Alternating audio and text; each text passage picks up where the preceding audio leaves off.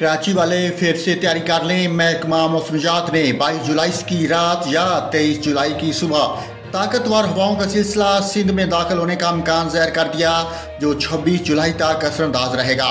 तफसीलात के मुताबिक महकमा मौसमियात ने कराची के हवाले से पेशगोई की है कि शहर में 24 से 26 जुलाई के दौरान अक्सर मकामात पर गरज चमक के साथ बारिश हो सकती है, जबकि कराची समेत सिंध के शहरी इलाकों में अर्बन फ्लडिंग का खदशा भी है।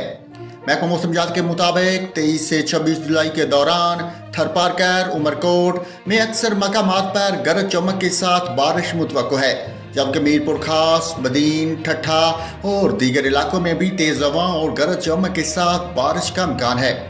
महकमा मौसमियात की जानिब से मजीद बताया गया कि बलोचिस्तान में भी खसदार, लसबेला, हब और केरथर रेंज में बारिशों से हब डैम में दबाव बढ़ सकता है, जबकि दादू, जामशोरो और नशेबी इलाकों में सैलाबी रेला आने का भी इम्कान है।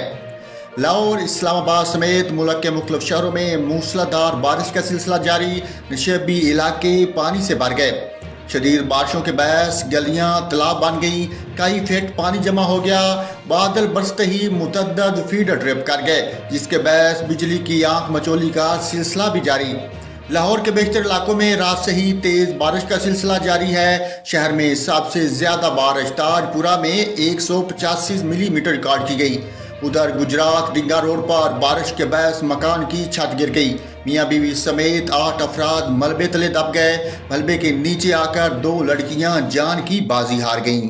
ताज़ा तरीन वीडियोस के लिए चैनल को सब्सक्राइब करके बेल आइकन और ऑल नोटिफिकेशन पर क्लिक करें, ताकि आपको मिले हर खबर सबसे पहले।